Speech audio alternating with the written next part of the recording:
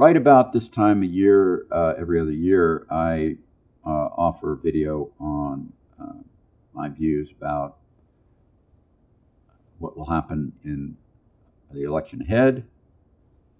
This year, of course, midterm elections in America. This commentary today is solely devoted to the politics of America. I want to be very clear that I'm not trying to convey ideology. All of my analysis wants to be non-ideological, because I believe that your ideology, your own personal ideology, always works against you when you're trying to analyze capital markets. People never believe that, but I believe that to be true. The fact is, in a midterm election, the people that focus professionally on the inside baseball of politics have understood how this kind of stuff works for decades and decades. We have always known that in midterms there is a tremendous tendency for the president's party to lose some power to the opposition party, regardless of who the president is. It's also long known that the less popular the president, the more that tends to be true as a force. Generally, conventional wisdom has always been that once you get to sort of summertime, usually defined as June, but there's not a lot of precision to that, wherever the president's popularity ratings are largely at that point indicative of the trend of what will happen in the election in terms of how badly his party will be hurt. That doesn't mean that the president's party can't improve things from there. They can. It doesn't mean they can't make them worse from there. They can. But the fact is, what history's kind of shown is that by the time you get to the summer of the midterms, people have gotten enough of a view of what they think a given president is that their views don't change that much between then and the actual election. So that does not speak well this time for the Democratic Party, because President Biden's ratings are lower than any president since polling began at this point in time. On the other hand, for that, many Republicans believe that this should be a wave election in a landslide mode, and that is probably not true. It's probably not true for two reasons. And I'm going to dive down into a few more details, but it's probably not true for two reasons.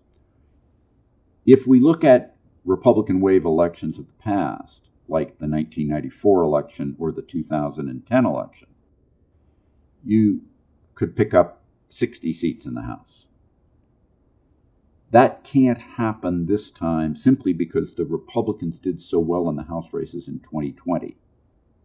And in doing so well in the House races in 2020, when they picked up so many seats in an election where the Democratic candidate, now President Biden, won, that doesn't normally happen. And in 2020, under Kevin McCarthy's leadership, the Republicans kind of, if you will, got the easy ones that normally they'd get in the wave election. Therefore, this may be a wave election, but it's going to have a smaller number of House pickup seats for the Republicans. How many? I don't know. Conventional wisdom would say someplace between 15 and 35. But that's enough to easily give Republicans control of the House. On the Senate side, it's much more 50-50. If you ask leadership on both sides, they'll say that it's very 50-50. Neither side believes that they could pick up on the Senate more than a couple, 2, 3 seats at the most. It would take something from here truly extraordinary. There just aren't the seats in even states, enough of them this time, to get much beyond that. It would be very hard for that to happen. So do not expect this to be a big election for either side. Also, do not expect some single issue. There's been a lot of discussion just recently, as I speak, tied to the discussion on Roe v. Wade. Could that be something that swings things hugely? No one issue will do that.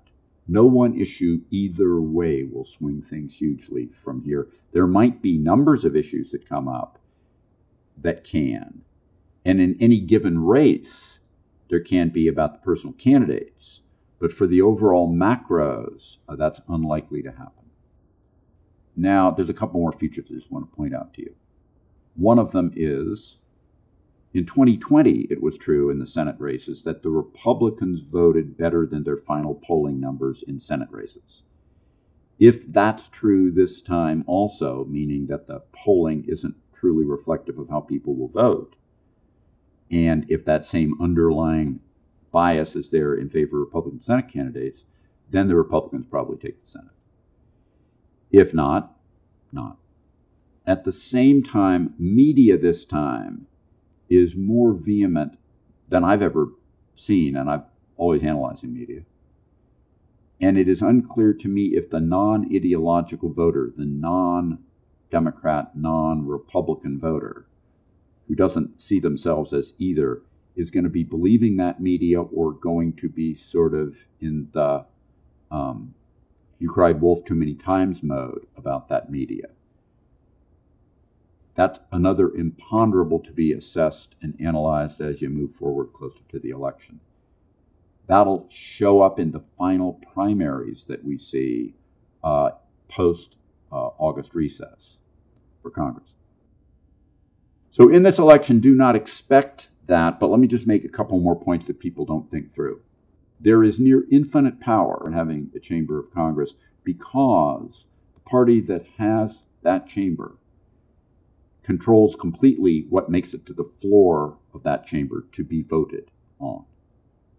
Hence, if the Republicans take the House, which probably they do, they can basically stop all legislation from going through, and you move to hardcore gridlock. If the Republicans take the Senate, it's doubly true. And everything that passes after that becomes totally non-controversial.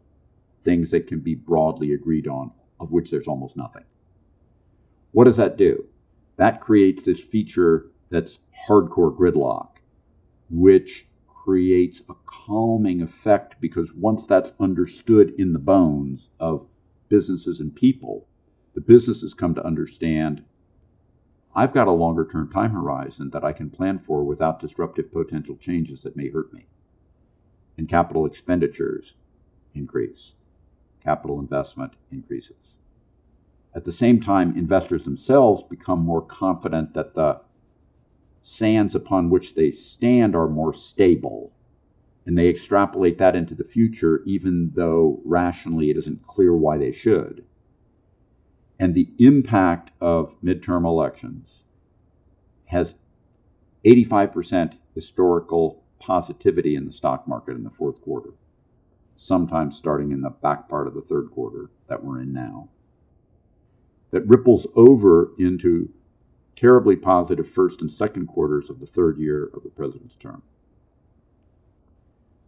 The history of third years is overwhelmingly positive, tied to the same gridlock effect as all of the political confrontation of the first 2 years of political president's terms vanishes via this gridlock benefit, and the calmness that that brings reduces political risk aversion, which increases incentive for investment and motivates higher stock prices, motivates improvement in bonds, and is generally a blessing that people don't ever anticipate. They can anticipate that parties in power may change, but they don't ever anticipate the positive impact that has on markets. This has been going on for decades and decades and decades with midterms.